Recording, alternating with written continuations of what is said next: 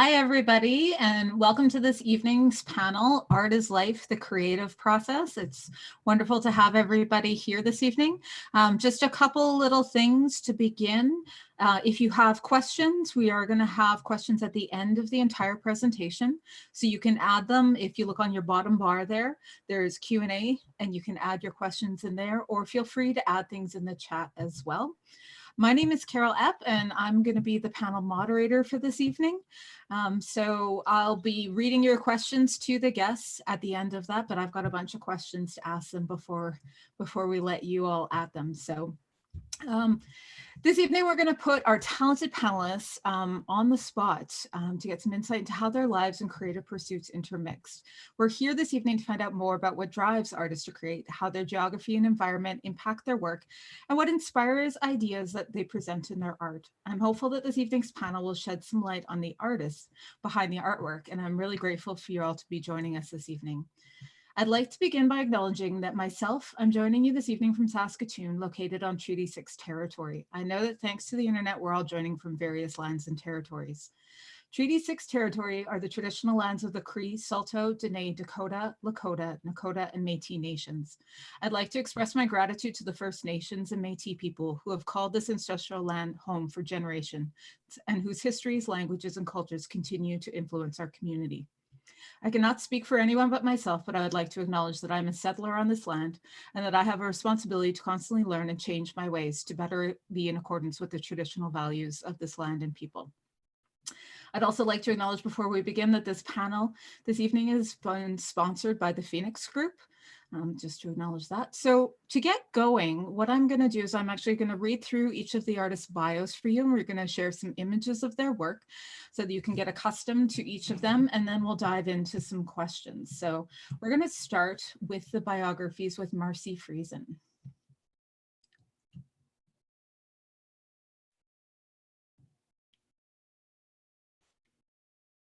There we go. There's Marcy's work.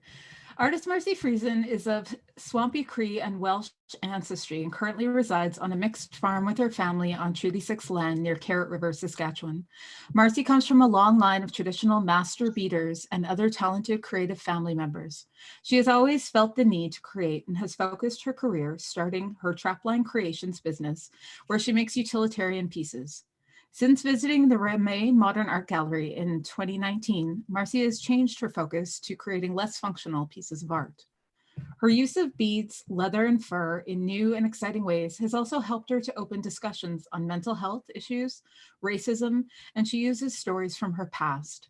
She has since discovered her, quote, useless art is not as useless as she first thought. Second artist I'd like to introduce you to is June Jacobs. June was born in Vanguard, Saskatchewan. Her own artist studio practice allows her to hone her skills, challenge herself with exhibition of her work in international, national, and provincial exhibitions and private commissions. Felting is her predominant medium, using natural fibers, wool, alpaca, bison, silk, and others combined with natural and contemporary dye techniques. Construction techniques include applique, quilting, and machine sewing, and surface embellishments include embroidery and beading. Her fiber work is inspired by the harsh and severe landscape in which she lives and engages with all the subtleties that it can offer. It resonates in her form, her color palette, and surface treatment, whether they are sculptural works or wearable garments and accessories. June has been active in the Saskatchewan arts for over 30 years as a fiber artist, a gallery owner, educator, workshop participant, adjudicator and juror, an active Saskatchewan Craft Council member, and Saskatchewan and Saskatoon Weavers and Spinners Guild president and member. She's also played an active role in the Saskatchewan Professional Art Galleries Association as its president and long-serving board member. In addition to being a CARFAC member, June has served as a mentor in the mentorship program several times. Recently, June has completed 2 Sask Art Board Art Smarts projects, as well as being a juror for the Sask Arts Board Lieutenant Governor Awards and for Creative Independent Artist Grants. For 39 years, she's owned and operated Hand Wave Gallery in Meacham, Saskatchewan, where her focus is the promotion of quality handmade works of art by innovative and creative artists and craftspeople who continue to challenge themselves in their work.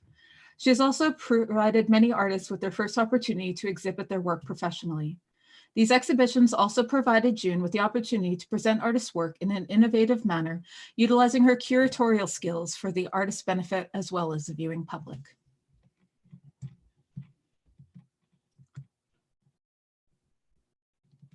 Our next artist, Hanna Yokozawa Farquharson, textile artist and crystal singing bowls artist. Hanna is a textile artist and crystal singing bowls artist from the Saltcoats, Saskatchewan Treaty 4 territory. Hanna moved to Canada from Japan in 2011. In 2016, she began making textile art that reflects the rich and nuanced local culture, blending imagery from rural Saskatchewan with the Japanese aesthetic qualities of wabi-sabi and mono-no-aware. The concepts refer to finding happiness in life and appreciating the ephemeral nature of beauty. Her approach creates a sense of peace and calm in the viewers. Her art has been displayed at several international and national juried shows. She received a Judge's Choice Award and was shortlisted for the Fine Art Quilt Masters at the Festival of Quilts, which is the biggest quilt show in Europe, held in Birmingham, England. Recently, she was one of 3 artists nominated for the Sask Arts RBC Emerging Artist Award. And our last artist this evening is Laureen Marchand. Laureen lives in Val-Marie, Saskatchewan, in one of Canada's most remote and beautiful regions, inspired both by beauty and the remoteness. She makes oil paintings that reflect on our ideas and perception of beauty. These artworks invite us to see not just the painted object, but ourselves in it. Laureen has exhibited regionally, nationally, and internationally in more than 24 solo and 2-person exhibitions, as well as over 40 group shows. Her paintings have been recognized by the Saskatchewan Arts Board and the Canada Council, are held in many public and private collections, and have been represented in exhibition catalogs and reviewed in newspapers and magazines. Laureen has been the artist in residence at the Leiden Colony BAM Center for the Arts, the Tyrone Guthrie Center in Ireland, and the Ragdale Foundation in Illinois, among others. Laureen has contributed widely to Canada's artistic community as a teacher, mentor, writer, curator, and cultural facilitator. She holds a Canadian Artist Representative, quote, Tony Award for service to the visual arts in Saskatchewan, as a Centennial Leadership Award for service to the province of Saskatchewan. So welcome to you all. Thanks for joining me this evening. All right, so we're going to dive in and get some questions going because we've only got an hour and a half this evening and I've got a lot of questions for each of you. So we're going to start by looking into everybody's backgrounds. So let's start with you, Marcy, if that's okay. Tell us a little bit about your background. Have you always been active in the arts and how did you become a visual artist? Hi, yeah. So my background, when I think about, have I always been an artist?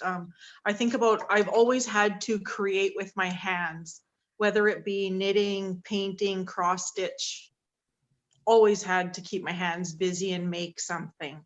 I haven't always called myself an artist. Actually, that's pretty new. And I still feel a little bit,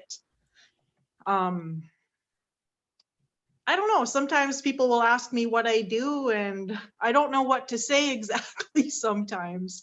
I'm not comfortable, I guess, yet saying I'm an artist, but I'm getting better at it. Yeah, for sure. So I started a business called Trapline Creations and I made, or still do make, full fur mitts, gauntlets, hats, moccasins, mukluks, stuff like that, jewelry, beaded, all kinds of beaded keychains and jewelry.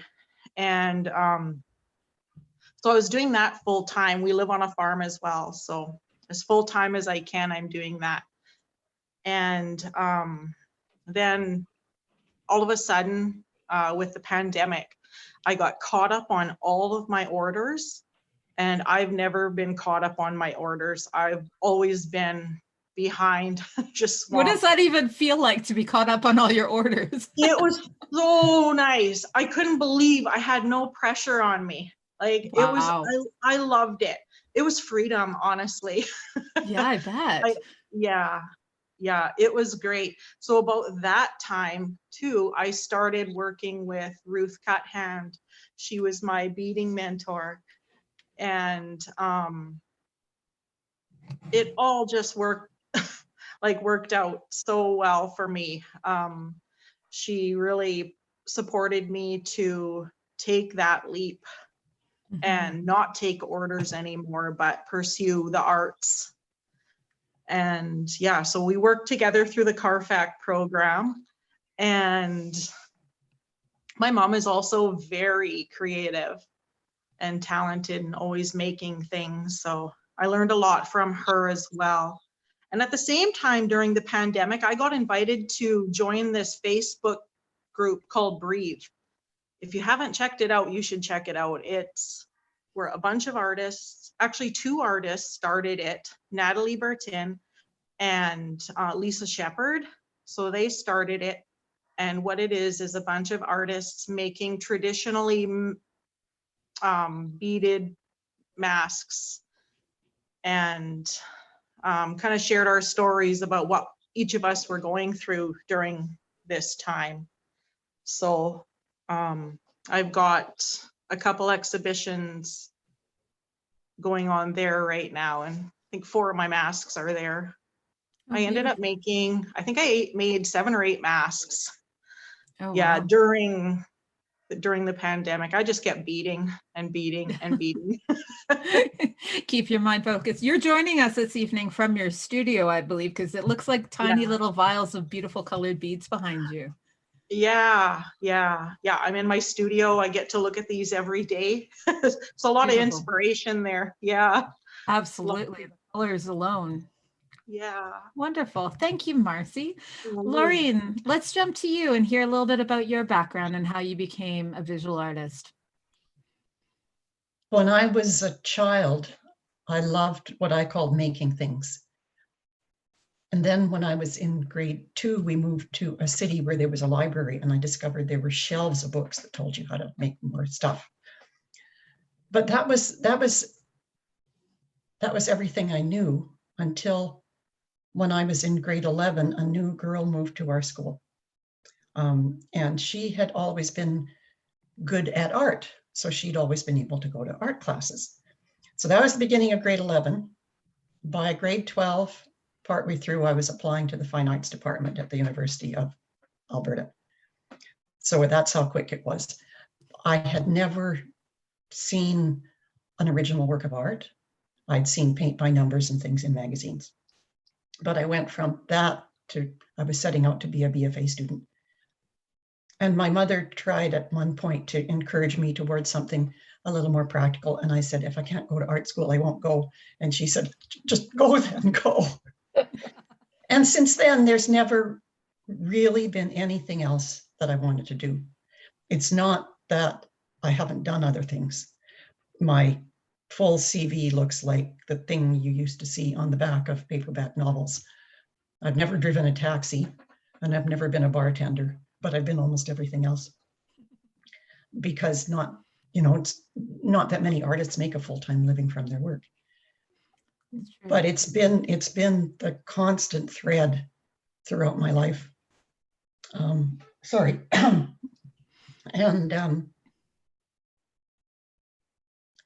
eventually I was able to, I became a professional librarian because I went to work in a library, and after a year thought, if I got the degree for this, I could make a lot better money and I wouldn't have to work full time.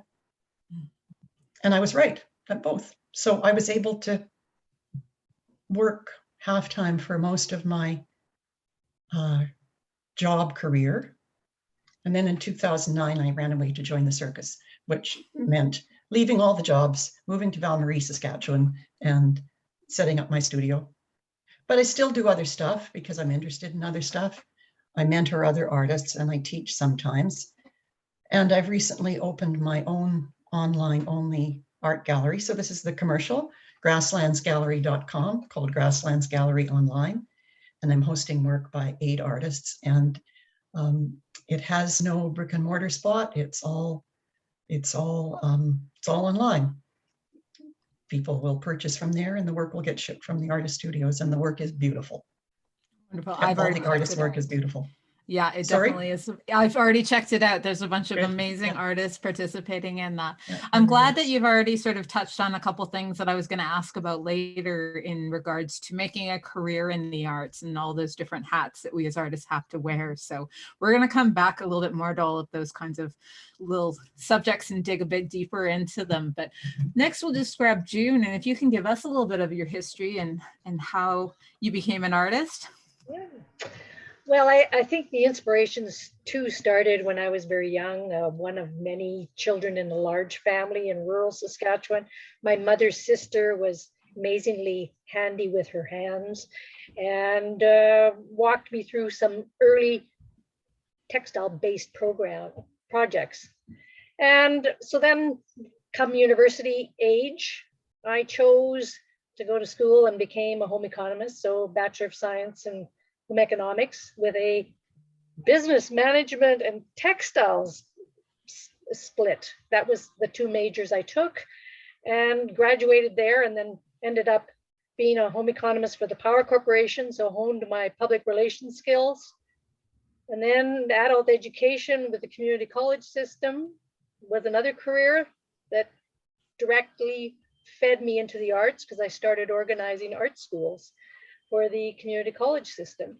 Left that and went freelance, organizing Saskatchewan Craft Council Dimensions, both exhibition and markets for a few years, and then opened my own business in '82, which is the Handwave, which has Saskatchewan artists that have been represented for that 40-year span. And then about I think in '82, I started playing more with fiber again myself personally, part-time, and then pretty much full-time by, I don't know, mid-90s. My kids were old enough.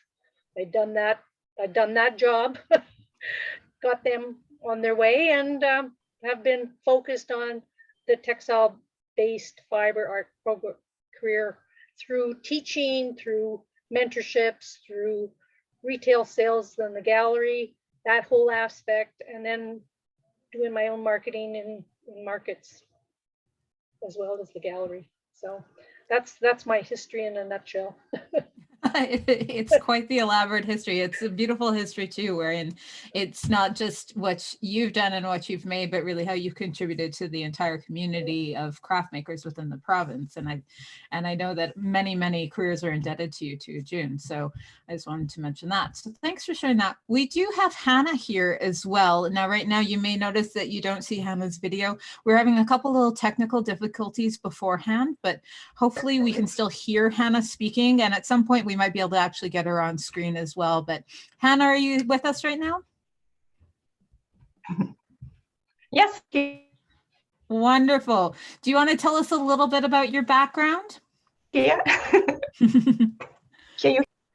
I can hear you. Great. Thanks. Okay. I was born and grew up in. Can you? Okay. I was born and grew up in Japan, and 2011, children and husband, we moved to Salt Coast in Saskatchewan.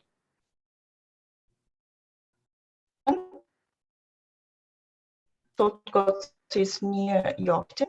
And I worked at the stone company. I always worked with architects, and yeah, so I was always doing CAD operator or use. Oh, you're cutting in and out a little bit, Hanna, I'm afraid. For my work. Okay. Sorry, I'm sure if anybody else is having the same issue, but I'm losing. Can you hear? I can. Do you mind trying to sit a little bit closer to your mic just in case? That might help us too. Okay, can you hear me? That's better. Yeah, thank you. Can you hear? Yes, thanks. Okay, so 2015, I started work at the care home, long-term care home in Scotts as a part-time job, and then I saw lots of quilts there. And residents, they Oh dear. vote, and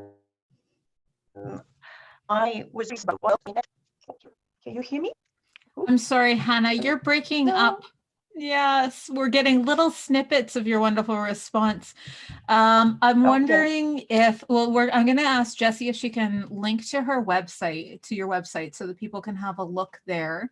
But maybe can I get you to try and refresh, and then we'll try again in a second?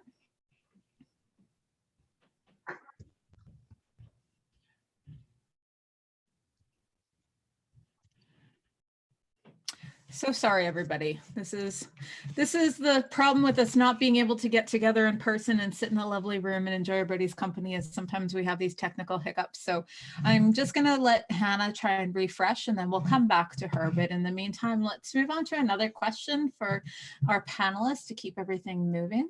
So I'm really curious about, you've all sort of shared with a little bit about your past now, but I'm really curious about what motivates you to make the art, the specific art that you do. So where are you getting your inspiration from for the projects that you're working on? Do you do a lot of research? How are your ideas developed over time? Let's start with you, Laureen. I painted human figures for a long time, and it happened during the production of an exhibition that was due to tour, a group exhibition that was due to tour for a year and a half. The humans started walking out of my paintings, and I had to find something to replace them. It was a bit of a surprise because I didn't know they were going to. And so I began to look for things that would stand in for the human presence. And at that time, I discovered the rose, because it's a symbol of so much in human interaction in Western culture. So I painted roses past their prime, and I won't even say dying because they're dead. They were dried and still very beautiful, as a kind of metaphor for what happens to humans. And I did that for a long time, and then I found my way back to live flowers. What a surprise. My goal is always to try, I'm interested in beauty. I'm interested in the viewers of my work seeing their own experience in my painting, not just me showing them what my experience looks like, but something that will help them see something ordinary that is beautiful, and see their own experience in it. From the live flowers and the still life, I have eventually moved to including birds in them. And that was kind of an accident. I photographed birds out my window as something, it started as something to put on my Instagram pages because I paint really slowly and I didn't always have new work to produce, to put up. So I started putting up bird photos. They kind of took on a life of their own. One day I bought a bunch of expensive bird seed, and I thought, I'm going to start printing photographs of these things and selling them so that I can use the bird seed as a tax deduction. And then I thought I could paint them. What a surprise. So the birds have found their way into my still life paintings. And now I'm trying to draw together. If we can't see how beautiful everything is, we're going to lose it. And it's really imminent. And I don't want to hit people over the head with fear, but I want to create that sense of so much of our experience is valuable. It isn't just that the natural world is valuable. It isn't just that the stuff we buy is valuable. It all counts because it's all part of what makes us human. And that's where I am now. I'm trying to give equal value to everything that makes us human, including our experience in the natural world. Wonderful. Love it. I'm also curious what else you write off on your taxes, but that can be a private conversation later. Everything. That's a whole other workshop for us. June, can you share a little bit with us about what motivates you? Like, what's your inspiration for the work that you do? And of course, we know that evolves over time and ebbs and flows, but what's inspiring you right now? Well, it's always the landscape. It's always being outdoors. I garden. I go for walks. I mean, I think living in Saskatchewan, it's all about degrees of subtlety. So when you're out and walking and seeing, it's when you walk. I mean, it's like the pebbles on a grid road after, you know, where the snow has glistened everything and it's frozen it, and then, you know, the sun heats up this little pebble and makes these little worm-like tracks on the road. I mean, it's such a degree of subtlety that it's those things that find its way. It's those degrees of subtlety that, you know, find it in the surface treatment, find it in the palette that you use, find it in just in what you see. And I think it's being present in your environment is what inspires me, and just looking. It finds its own way into my work somehow. It's how you know, the thread patterns that go a certain way, the beading that takes time, the adornment, and sometimes just the palette. It's always there. And it's you know, you see people who can live, and when you talk with them and they don't see any of it, they can be oblivious to what's out their doorway. Where for me, it's not. It's those little things that you see that, and whether I'm always successful and having them transformed and, you know, present is a degree of, you know, it's up to me to decide whether I've been successful or not in that regard, but it's always present, and that's the inspiration I go to always.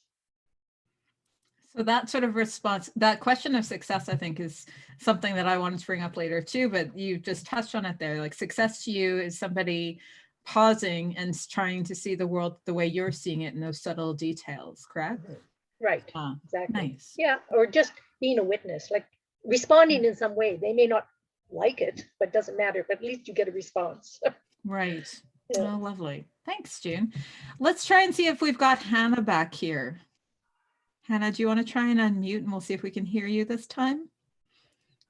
Hi, Hi, how's it going? can you hear? Sorry.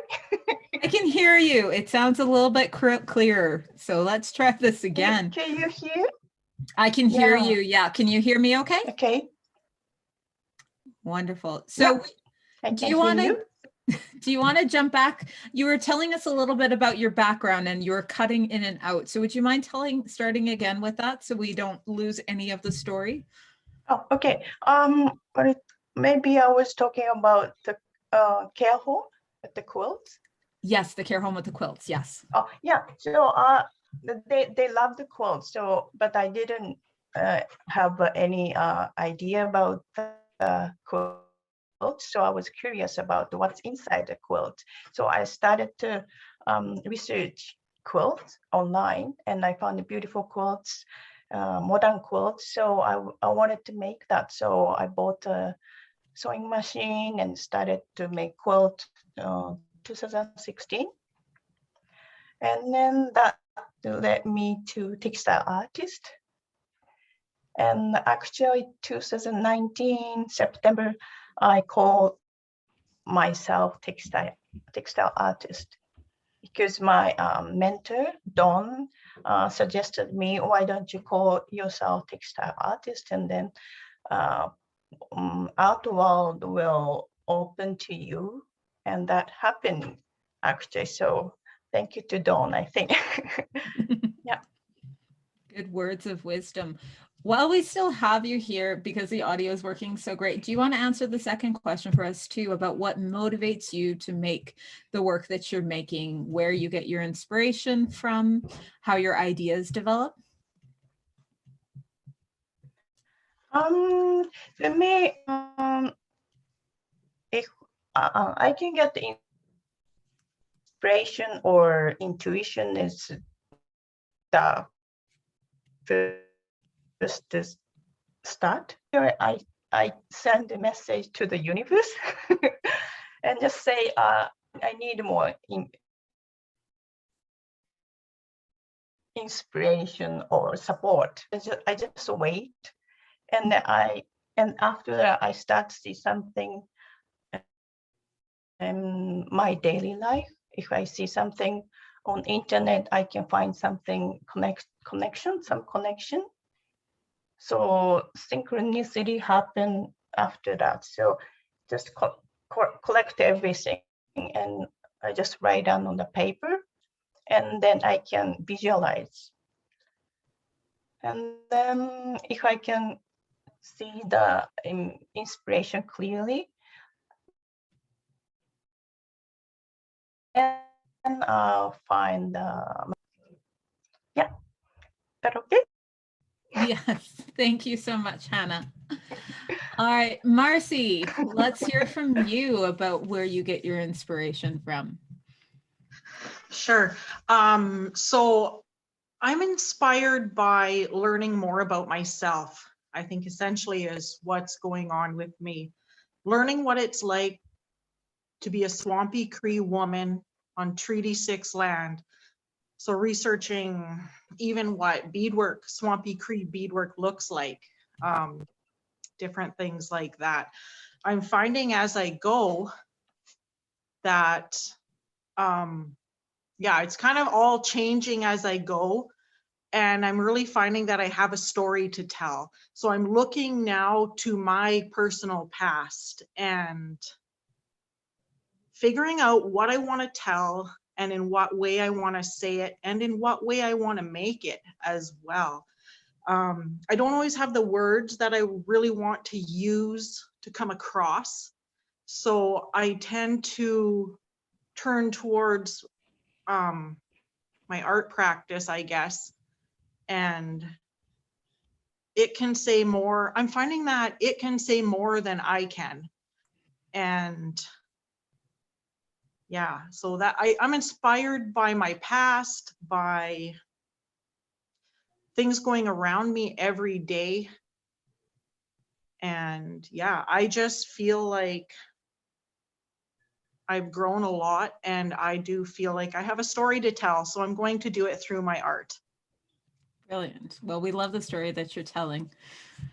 I always love artists when they, yeah, it's like when you ask an artist to write an artist statement and, you know, for a show or something like that. And it's always, I find most artists go, but it's so hard for me to put it into words. That's why I made this piece of art. It's all over here. And now you're asking me to write about it. And it's this contradiction, right? And it's, I mean, that's exactly it. We make the art because we don't have any other way to express it quite as eloquently or quite as profoundly as we do within the piece of work. So lovely. So let's talk a little bit more because people really like, and I think this is something Instagram has really helped with, that people get to see all of this process that they didn't necessarily see before. We get this sort of, the veil is lifted and we get to see what artists are actually doing in their studio. So for each of you, I'm curious about what your process is when you start that piece. I mean, for Laureen, that might be that you're sitting there watching the birds or what have you.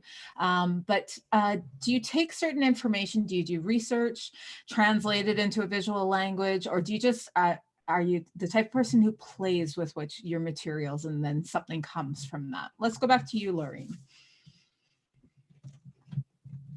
I used to be able to answer that question about my process with more clarity because I'm sort of all over the place now. That's okay too. Sometimes ideas come from something that's happened. Sometimes they come from an image that I see. I went to an art school where I didn't learn much about my materials. What was important was the idea and being able to talk about the idea. So I still think in terms of ideas. I think in terms of something that I want to say, and then I go looking for the images to support it. But I also, I like to have a big backlog of images to pick from. So if I get fresh flowers, I'll take 1,000,002 photographs in different lights, in different vases. And when the birds are out, I'm photographing birds like mad. And then I'm looking for ways to put them together. And I'm kind of like a magpie when I'm seeing other people's images. I think, oh, I like that bit over there and that bit here. And how can I make them work for me? And at the right now, because I do have the idea that I want to bring birds and sometimes landscape into my still lifes, I'm actively looking for ways to do that. So once I have the images, I do a lot of drawing on the support surface, the canvas or board. It's one of those do not try this at home things. Do not try this at home kids things. They don't teach you this in art school. I draw everything out and then I fill in the colors. It's probably my paint by number background. And I mix all the paints first, so I know I'll mix all the colors for the sky, and then I'll mix all the colors for a flower, and I still don't know anything about my materials in terms of being able to say this is how you this is how you paint a sky, for example. I can't teach like that. But I know a lot about mixing colors, and I know in my hand knows a lot about where to put them. And then I just keep poking at it until I can't do anything else. What's that moment when you realize, like, do you know when a piece is done? It really is.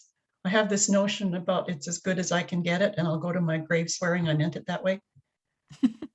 And that's when it's done. Sounds good.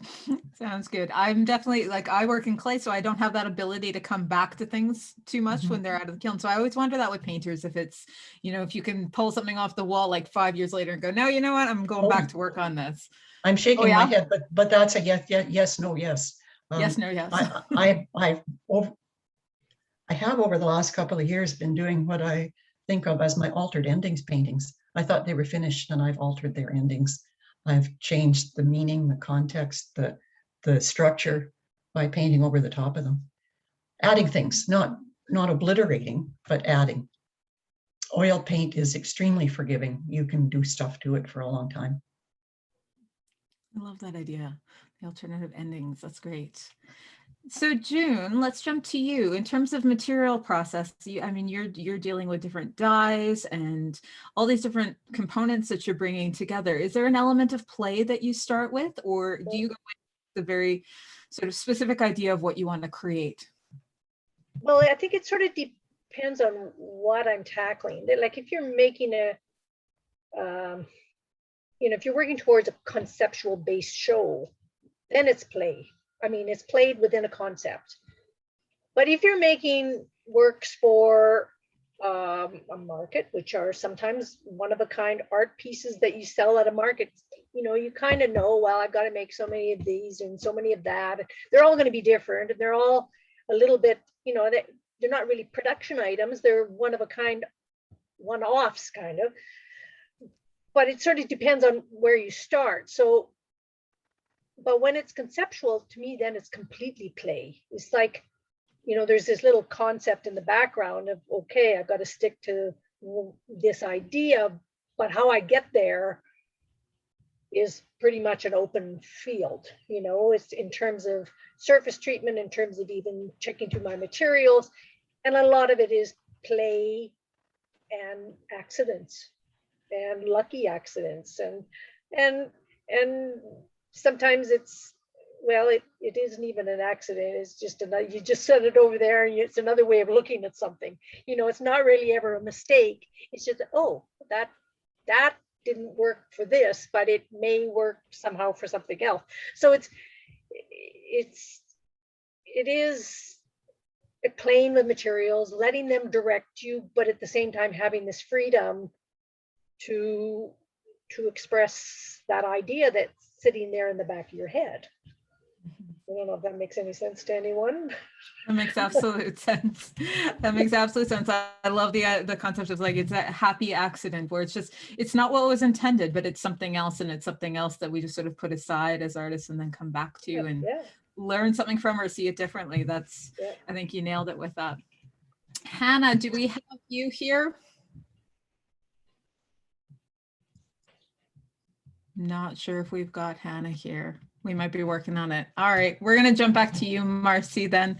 Do you start your process? I mean, with beading, that's a very I feel like that's a very specific thing that is there play in that, or is that like you've got to sort out what you're doing before you get going, right? Because I can't imagine you want to unravel a bunch of beaded work and start fresh.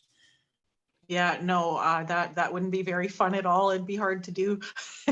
So yeah, my process is I pray about it all the time. I'm constantly praying for new ideas and ways to do things.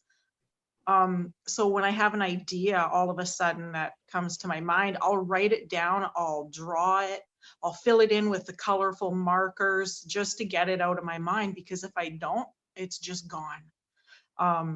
Then as I'm figuring out what in the world I'm doing, I think about the title, what I actually want to call this. I pick out bead colors. Yeah, I write down a lot because I want all my thoughts to be down on paper too. I find that for me, I do everything with a purpose. It may not sound fun, but I guess the funnest thing for me would be making bead soup. That's one thing that Ruth, my mentor, said. Don't forget to have fun. I think she saw that I'm pretty serious about things, everything. And so she's like, don't forget to have fun. So I throw in some bead soup, and I find that fun, just mixing and manipulating it, but it's also controlling it. And yeah, so for beading, it's a lot of control of the thread, because you want them to be right where you want them. So yeah, for me, I pick my bead colors, I start beading.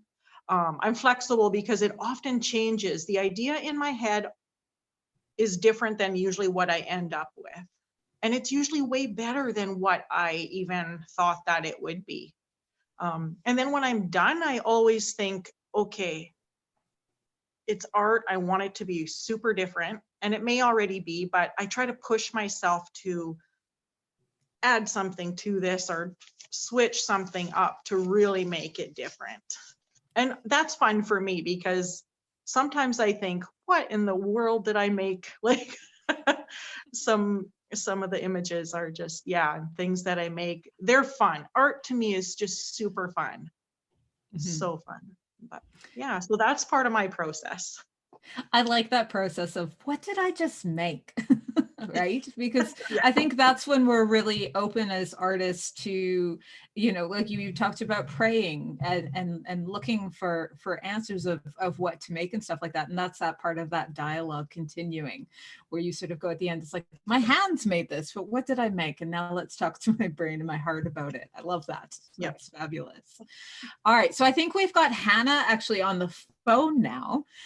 So hopefully we can see if we can start asking her some more questions. Hanna, are you there with us? Yeah. Can you hear me? Oh, I've got two of you. Oh, okay. Got a weird echo. Can you hear me? Oh, yes, that's just the phone. Let's try that one. That should work better. Yeah.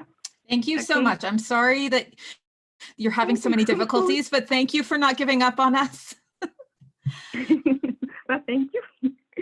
Awesome. So I'm going to jump into our next question with you. We're going to talk a little bit about the financial realities of working in the arts and how it is to build that career. I mean, June spoke a lot about all of the other things that she's done, but how do you realistically make a living paying the bills, but also nurturing your creative pursuits? And I guess part of my question is that when we focus too much on paying the bills, sometimes it means that we aren't as free with the art that we're making. Maybe we don't challenge ourselves as much with the work and we play it safe because we're more concerned about a market.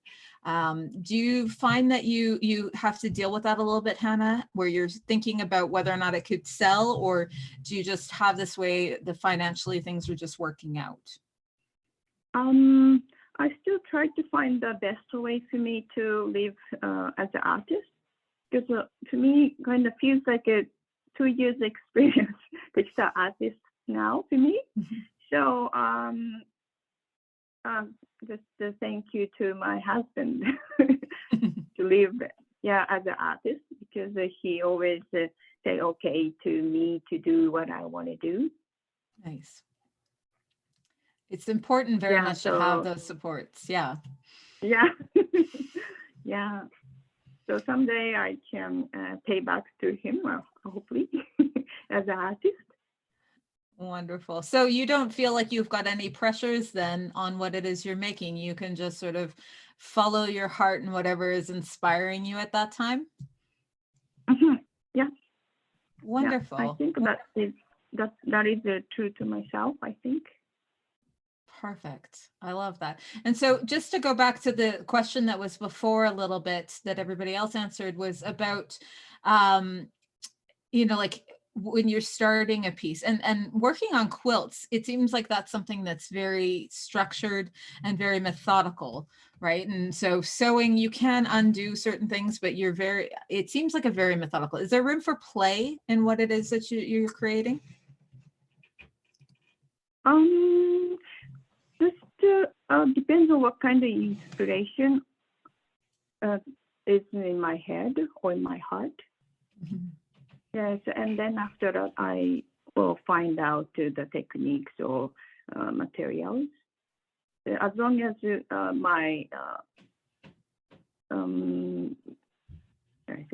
as long as my visualize things is close to my inspiration. Yeah, so I just try to close two things together. Nice. Thanks. So let's jump to June for this answering this question, because I know she's seen both sides of this as a maker, but also as the gallerist. So the financial realities of working in the arts. Can we talk about that, June? Yes, well, where I'm coming from is my ex-husband and I raised two sons living on artist salaries. And there were some tough years going.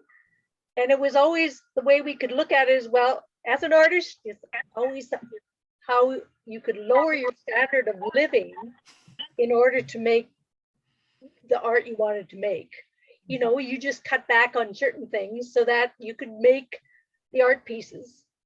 I mean, you always fed yourself with the production ware, whatever we were doing, but you lowered your standard of living to meet those costs so that you could do what you wanted to do, so that what your heart drove you to do, basically. And over the years, I mean, there's been, you know, when you have the sort of the history, you know, there's been dry periods when art is hot and certain things are in fad, and then it slips by the wayside. And sometimes in the gallery, you could really see it. Certain media, you know, it would be ceramics, or it would be glass, or it would come in to be wood, and then it would be metal, and then it would be textiles, or, you know, it all went in ebbs and flows. And it was a matter of, I don't know, just making sure that you kept true to yourself and kept making the art that fed your creative spirit, so that you could do the production where to pay the bills. You know, you needed the art pieces to really to furnish you to make the production work that covered all those power bills and food bills or whatever, gas bills, in order to live. Mm-hmm. That balance, though, of wanting tough. that time, of wanting that time to just be in that play zone and creative, and then feeling the production work needs to happen in order to pay the bills. Did you always find time to just sort of set aside so that you would have, even amongst all the kids and the gallery work, just sort of say, this is time for me to just play? Well, you did literally have to physically remove yourself sometimes so that you would get that time. But also, there is something that comes out of the rhythm of doing things, whether it's the roses that Laureen did, or whatever it is, you get a fluidity that moves. So when you're making production wear, or whatever you call, whether it's beaded works of, you know, that you become so skilled at that you don't have to worry about certain aspects, and it allows your brain and your mind to wander into those creative ideas that you store for the moment that you have the time to play with them. And I think that's what comes out of sort of production that pays your bills. You get the rhythm, and you kind of need the production to hone the skills, because you go seasonal, not seasonally, but there are production times and there are slow times. And Saskatchewan's really good from January through to the end of April, when there's less light, you can't really go anywhere, the winters are long, you get tired of television, so you may as well go to your studio and play. And it restores your batteries, that time to play. And there's usually a period in the artist's work day or work schedule that it may not fall in the winter, it may be a different time of year, but you do charge your batteries. And I think that's what you need in order to keep going as an artist if you're making your living by your artwork. Thanks, June. So Marcy, I'm going to ask you next, but I also want to sort of pull from what June was talking about with these trends as well that happen within the art market, where, ceramics is suddenly popular, or wood, or what have you. And so do you see those trends happening within the type of work that you do? And do you follow those, or do you just kind of like shut that off and go, no, I'm not gonna, because we can fall into that trap of trends because we want financial security, right? But is there a way that you can put up a wall and not fall into that? Oh yeah. At first I couldn't think of any trends, but yeah, there's definitely certain pieces that are beaded, political pieces that I haven't done one. Well, actually, no, I lied. I did one. It'll be in my workshop forever, probably. I haven't shown anyone, but yeah, honestly, for me, it was tough making the transition into the arts, because for me, it was finding the balance of, well, I didn't want the balance anymore. Actually, I wanted more the arts world. So it was letting go more of my trapline creations, my orders. I quit taking orders, which was my money. Mm-hmm. And so quitting that, it was hard for me to do, honestly. I was all of a sudden financially insecure. But thankfully, my husband supports me and in doing the arts. So that's made a world of difference for me. I've also found that, yeah, when you have an exhibition, you get paid, which was all new to me. That just blew my mind. I didn't realize that. I'm just learning so much. And then I've sold quite a few pieces, and that just amazes me too. It's just incredible. I've also received 2 grants from the Sask Arts Board. I got 2 micro grants that helped me do a couple projects. So, I mean, even those micro grants, the very first one that I got, that just blew my mind, that the Sask Arts Board will help you when you don't have the extra finances to put out for a project. So honestly, I'm in the learning stage. I call myself, to my husband, I call myself a starving artist. But we're not starving by any means. No, but yeah, it was hard doing the initial transition.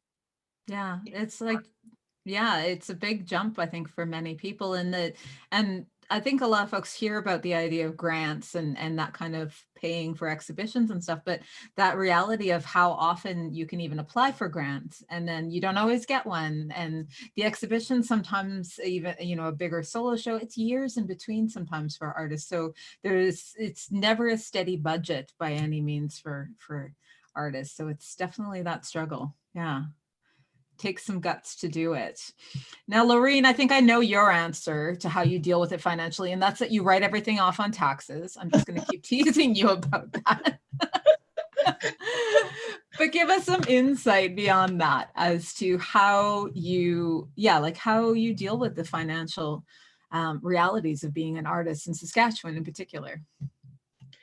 Well, basically, I've tottered financially all my adult life, and it's sometimes I've fallen off the high wire. I lived in Saskatoon for probably 25 years. And for many of those years, it was a really good place for an artist to live because it was inexpensive and an artist could own a house. And then it got to be more expensive. And I found I was having to have more jobs in order to fund my painting career, which meant there was less painting time, which meant there was less money coming in. And I used to call myself the freelance everything. If someone offered me a contract, I'd figure out how to do that. So I've done freelance writing and I've taught online and I've, I don't know all what. Then there came a year in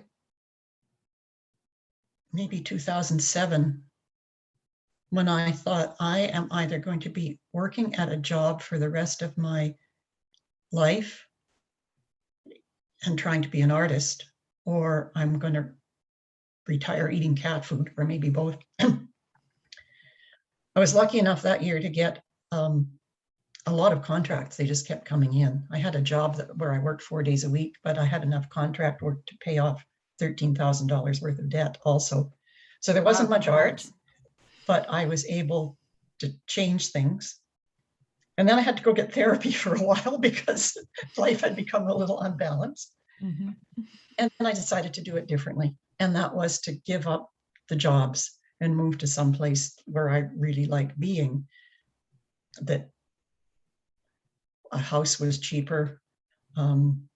It happened to coincide with the housing boom in Saskatoon, so I can live off the sale of my house there for a long time. Nice.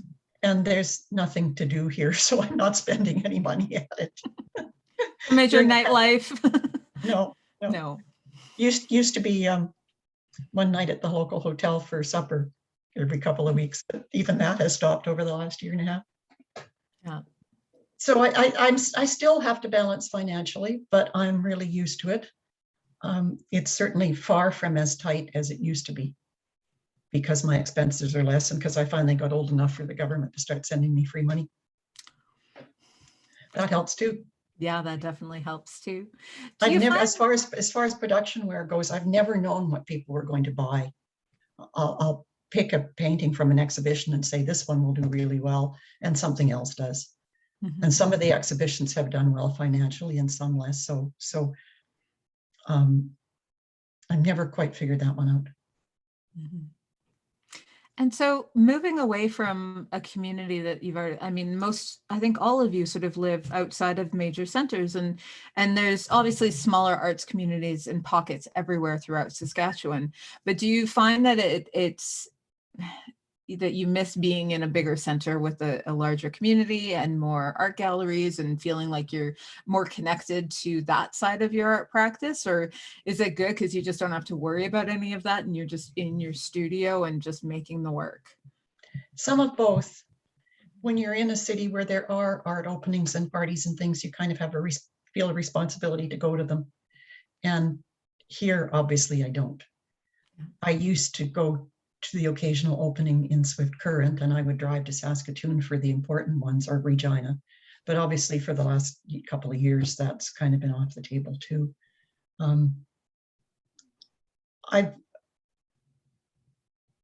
I miss the world of knowing what's going on in the arts, but I've kept my artist friends. And somewhere in there, I discovered Instagram, which has been wonderful in terms of making new connections and seeing art that I wouldn't be able to see otherwise. So it really feels like a community, the people that I see there regularly. And we type with one finger a sentence or so, and it feels like a chat at an opening. They're never very deep. That feels like. Again, I think I had to get used to it. The trick in all of this is to not feel left out, no matter what you're doing. Mm-hmm. And sometimes you have to learn it. Yeah. And there's been many artists who have done that shift to digital, and it's really changed careers or changed perspectives on careers. I'm curious, Hanna, if we can ask you a little bit about you. You've got an Instagram account and a website. I think about your work and the subtlety of it. and how that translates into digital. Do you find that I mean, obviously there's always something lacking that when somebody's not seeing your work in person, but do you still find that through the digital, you can share the work in a way that you find successful? Yes, successful or not, I don't know, but I can, yeah, like Laureen said, Instagram is very important for me to connect to other artists and also to know what they're doing, because of course South Coast is a small town, so sometimes I feel lonely. So, but if I open the Instagram, feels like oh, my friend's there. So then they encouraged me, and also if I make a comment, maybe other artists will happy to read, and it kind of connecting that way, and bigger art world is there. So try to connect to the Instagram is very important to me. Have you seen it have substantial impact on opportunities, right? Because now suddenly it's not even regional artists or community or galleries or curators that are seeing your work. It can be international. Have you seen that sort of shift in your practice too, where you're getting these contacts that aren't local anymore, but who are maybe even really curious about your work because of how you represent regional? Could you say that again? Sure. Sorry, I have a habit of saying Sorry. long questions. No. I'm just curious if you've seen a shift by having so much more online, if that's impacted opportunities, like different galleries getting in touch with you, anything like that?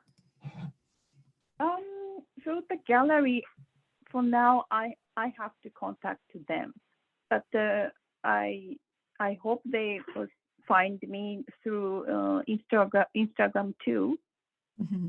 So that means using internet, digital world is very important to spread my art. Yeah. So somehow, hopefully, they find me, and also I can find other artists too. Mm-hmm. Mm-hmm. So wider world is there, I think. Mm-hmm. Yeah, absolutely. Let's jump to you, Marcy. Has social media had an impact on you in your career? Oh yeah, social media is quite important to what I do actually. It all started with the Breathe program, the Breathe Facebook page, honestly. That was huge for me, and being in those exhibitions, and also which led to me getting Letitia Fizakis from the Fizakis Gallery in Vancouver, getting a hold of me to be in some exhibitions and have my first solo exhibition, and she's my art representative. So social media plays a big part. It's also a lot of work. It's daily. So yeah, but I can't complain. It's a free way to promote yourself, to promote what you're doing. And you can get such a wide range audience from it. It's quite enjoyable. I quite enjoy the social media. Yeah, it's very important for what I do. Mm-hmm. Yeah, no, I think definitely hear more and more artists just can't live without it, and they get really challenged when the algorithm changes and suddenly they're not connecting with people the same way. I think we're all being asked to do little like real videos and dancing and stuff like that now. Are you dancing for us on Instagram yet, Marcy? No dancing yet. No. Maybe in the future, we'll see. Because that's another trend, I think, beyond just the trends that are happening within the art world, this social media trends definitely have an impact. So yeah, it's sort of, I think for some people, it's harder to remain true to just showing the work as it is and how you want it to be and not play the games the algorithm wants you to play. But yeah, the odd little dance is kind of fun though too. Yeah. Awesome.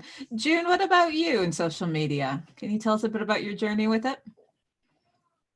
Personally, I don't do my own work on social media. I do my time on social media is taken up by the gallery. So I do other people's promotion on Instagram and through the website.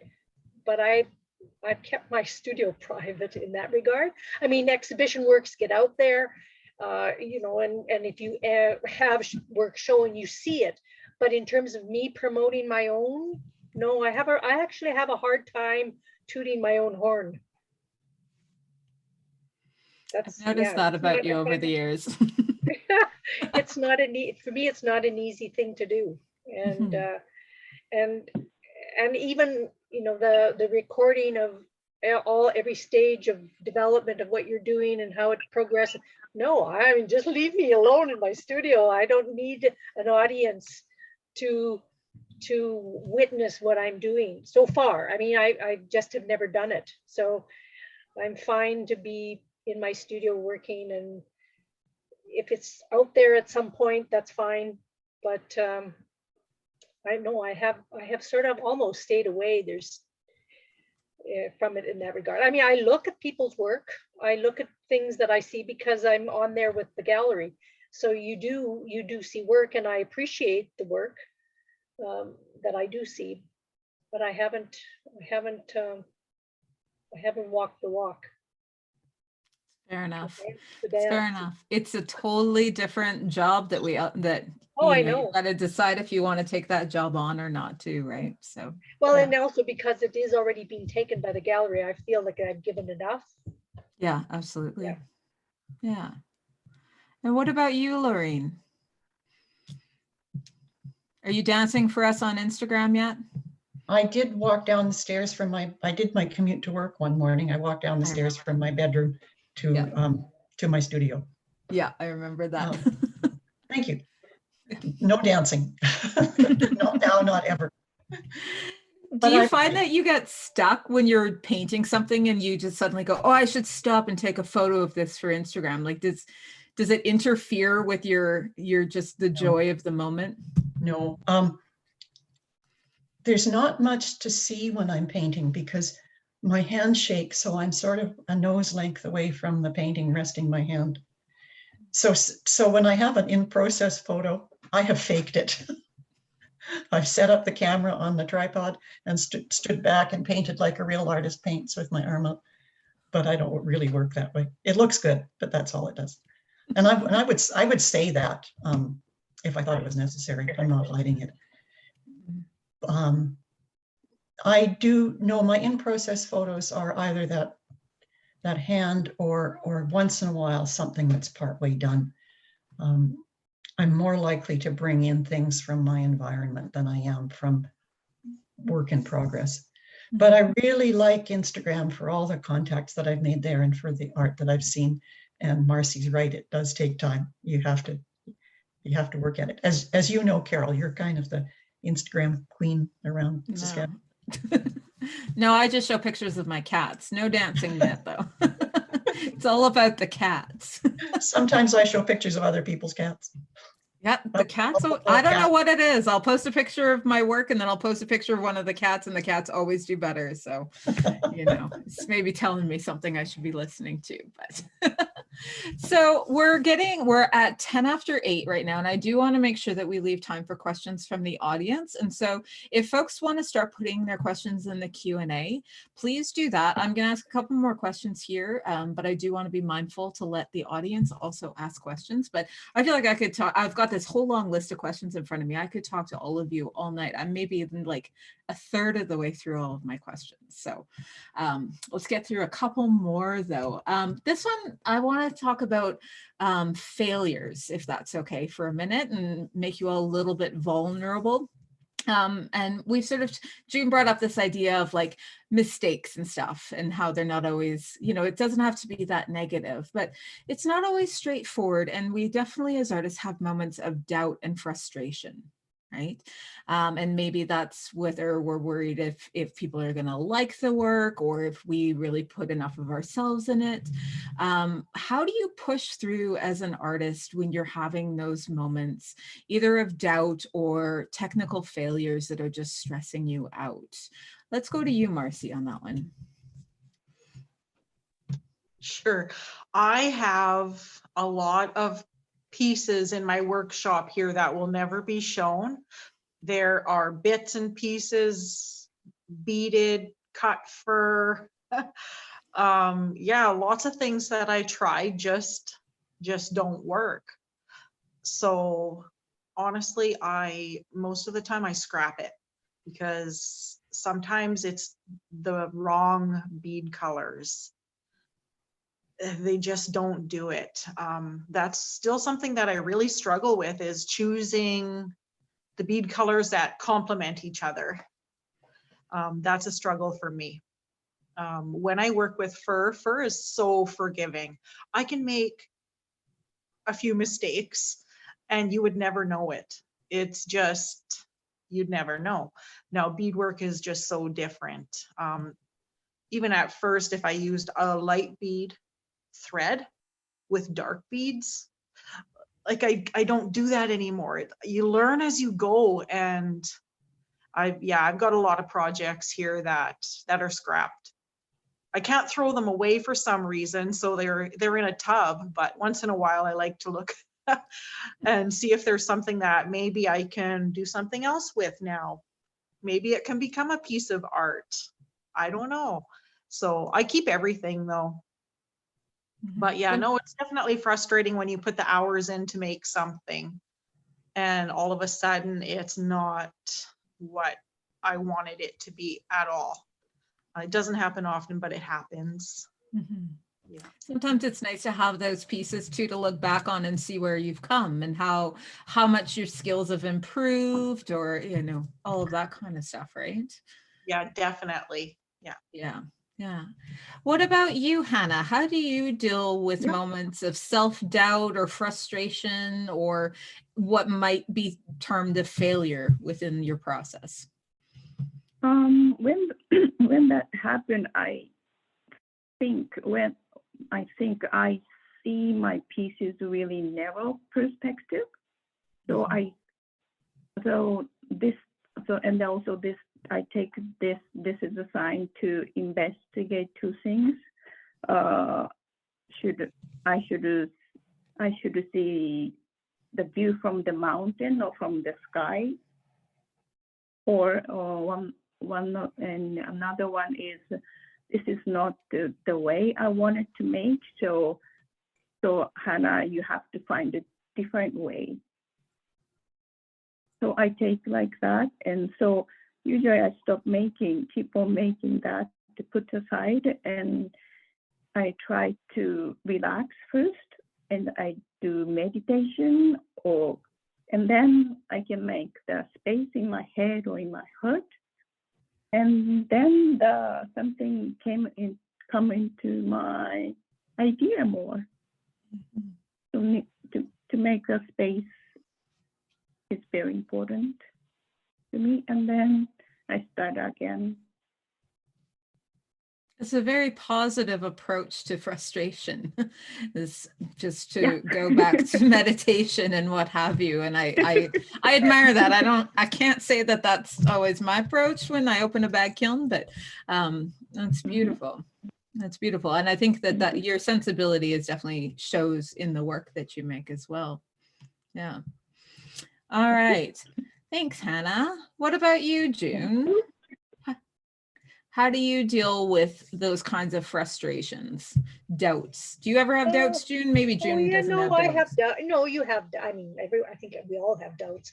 I think it's a matter of, I just usually put it away, like it's over there. And sometimes I'll see it differently, having left it alone for a while. And that what was in your head and what you made, didn't always jive. But if you give it the time, you can see it differently. And I think that's most often what I do. If I'm struggling, I leave it over there and move on to something else.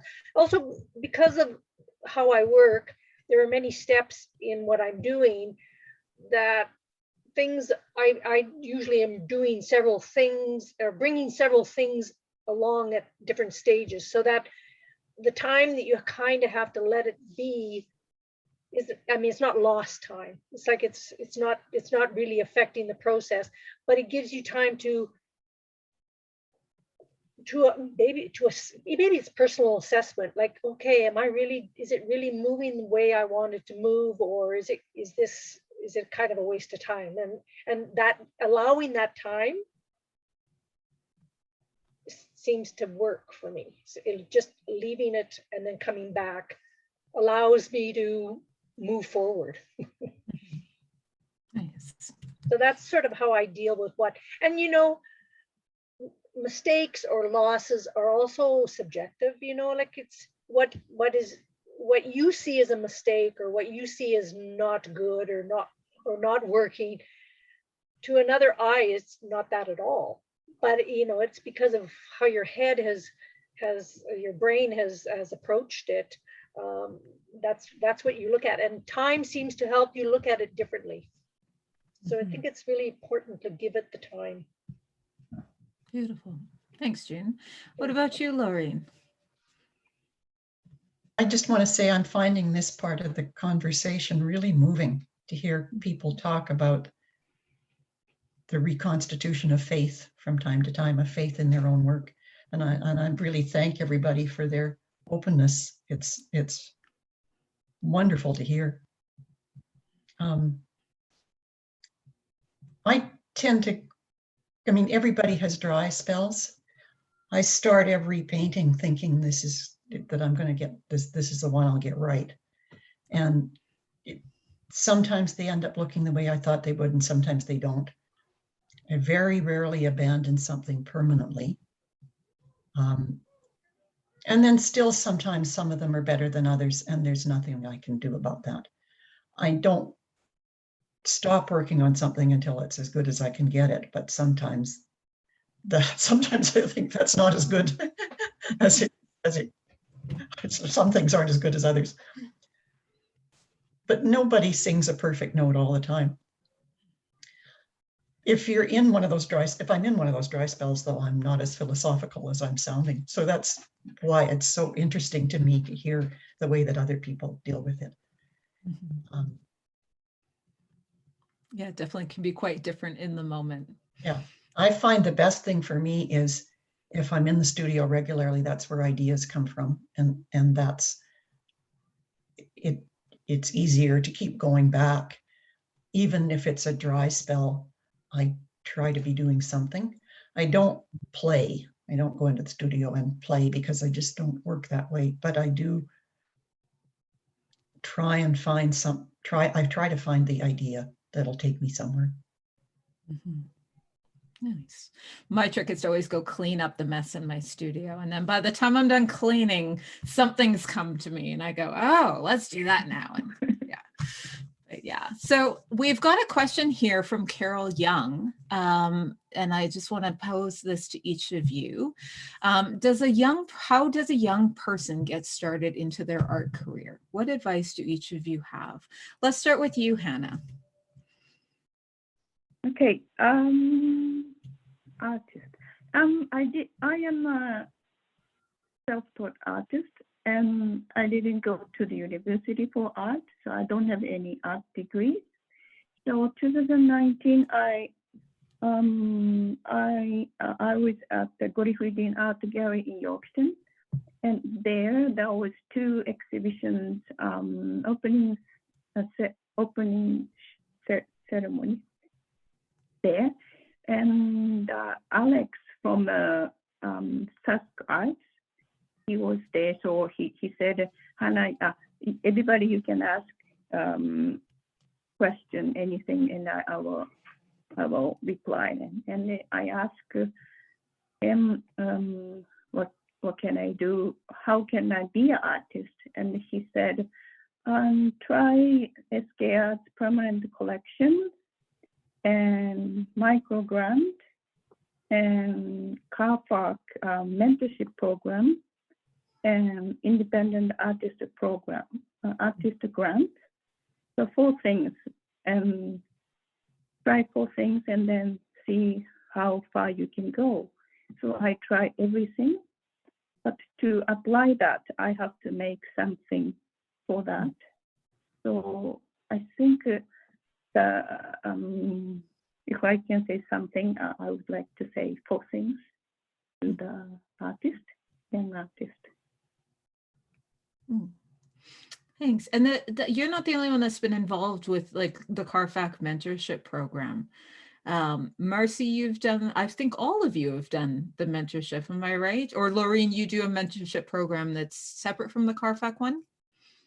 I've been a CARFAC mentor Okay. a couple of times, and now I have my own mentorship practice, but it tends to be more on the business of art than it does the making of it. Mm-hmm. And that's one thing. I mean, Hanna was talking about not having that sort of art school background and stuff, but that art school background doesn't necessarily give us all that we need to actually have the career side of things. And so No, it doesn't. No. But, So, but to me, that okay. No, but to me, I came from Japan. I didn't know anything art world, so I thought I needed credit from the university art degrees or something. mm-hmm. Yeah, that was the big block for me. So Mm-hmm. Yeah, that does seem to be a block for a lot of people, and I don't think that academic environment necessarily is the right environment for everybody. It's we come to be artists throughout a million different ways and a million different backgrounds. But yeah, what about you, Marcy? What would be some of the advice that you would give Carole Young here? Well, Carole, I would highly recommend the CARFAC mentorship program. Mentorship is huge. They can help in so many different ways. They know the connections. They're established artists. And yeah, they can help you in so many ways. Even applying for a Sask Arts grant, and getting involved with Sask Arts, that helped me a lot. Listening to artist talks here as well. And I mean, for me, when I think about it, it was a long process for me. First, I was in gift stores selling my jewelry and my different pieces. So I had some things like that to put on my resume, which helps. But mentorship was and does play a huge role for me becoming an artist. Yeah. Thanks, Marcy. June, could you maybe give Carole some advice from the gallery standpoint of how to build an art career, how to approach art galleries with your work? You need work. Make it work. Make the work. To me, that's, in fact, I've told that to many of the artists that I represent. You can't take, you can't sell what you don't have.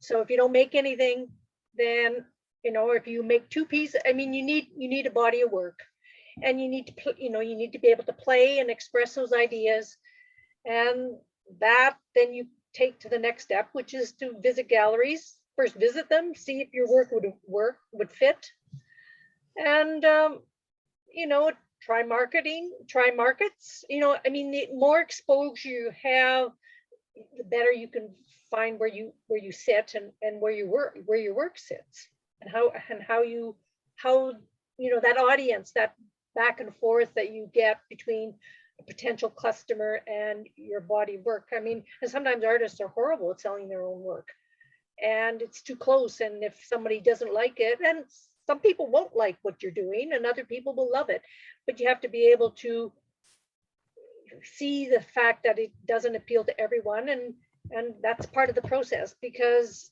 it's not an easy world. I mean, the art world is difficult in the best of times, because it's not bread and butter that we're making. It's luxury items, basically, for disposable income. You have to have disposable income in order to buy art, and so it's a tough world.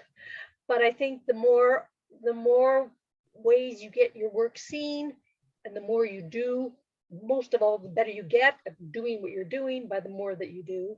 And the more that's out there that's being seen, there's more chances of it that you can then even take a body of work to the arts board to say, support me, I want to make more. You know, you need to have a product, and that's my best encouragement. Make work. Wonderful. I hope that answered your question, Carole. Now, we did have one other question in the chat here from Phyllis, wondering if you work best in a quiet of the morning or in a noisy environment. I'm going to add to that question and ask, like, do you have music, podcasts, anything like that that any of you bring into the studio that you would share with us? Let's go to you, Laureen, for that first. I like to have other people's words going on. My own get in the way. So I listen to podcasts and interviews, and then in the afternoon I switch to Audible audiobooks. I don't want my left brain interrupting me, so having a background of some other people talking is ideal. But I'd like to be able to control it. I don't want to work in a group studio. I want to be able to pick who I hear. Fair enough. Fair enough. What about you, Marcy? Yeah, I do my best work. Well, and in my workshop here, my workshop is my garage attached right to my house.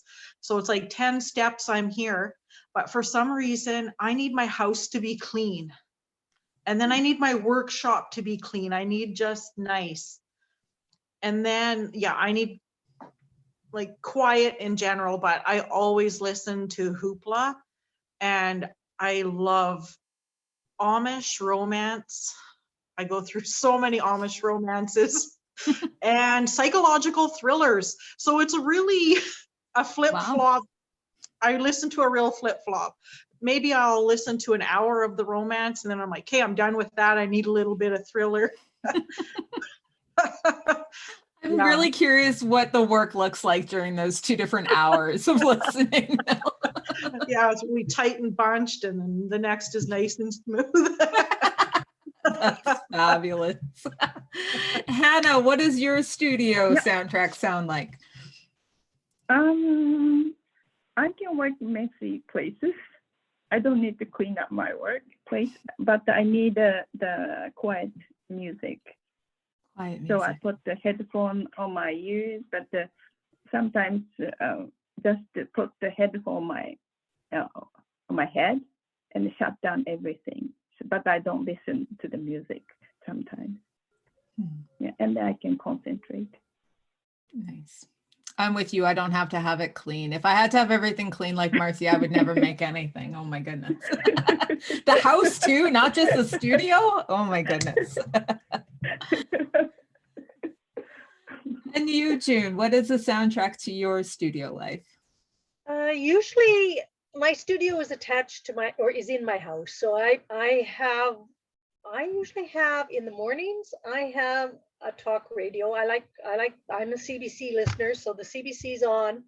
And then I'll sometimes switch it to the French CBC because then it's just music in the afternoons or classical music. So that's sort of my 2. And then at night, ideas, I have some soundtrack. I'm pretty much a CBC person all the time in one, either AM or, the AM or the French or the FM. Nice. That's if I have music on, that's where it comes from too. Sounds good. Yep. So I'm not seeing any more questions in the Q&A or the chat. So I'm going to ask one final question of you all because it is already 8:30 and you've been so generous with your time. But my final question for each of you is about, well, I'm just curious, how do you define success? Just going to leave it at that. Maybe I'll give you a second to think about it. I suddenly looked at everyone's face and went, ooh, they're thinking about it. Marcy's definitely thinking about it. What about you, Hanna? I can't see your face, so I don't know if that question stressed you out. What would be your definition of success as an artist? I don't know. Financially, for sure. Mm-hmm. If I can make something really close to my vision, I'm very, very happy. Mm-hmm. And I can get the positive energy and then I can go again. So that's success. Mm-hmm. So it's about getting as close as possible to the vision. Mhm. Nice. What about you, June? What would be your definition of success as an artist? That I still continue, want to continue working. I think that there's always ideas and that you still want to be making. That to me is success. Nice. And Laureen, what about you? Well, I'd like to get rich, but failing that, I'm with June. If I'm still I feel like I'm really lucky that I can still do the thing I love to do. And that has to be success if you're able to do the thing that's most important to you and keep on doing it. Absolutely. All right, Marcy, you look the most stressed out when I asked that question. So Yeah, I really had to think, but I didn't have to think too hard. okay. Success for me, I kind of break it down to daily.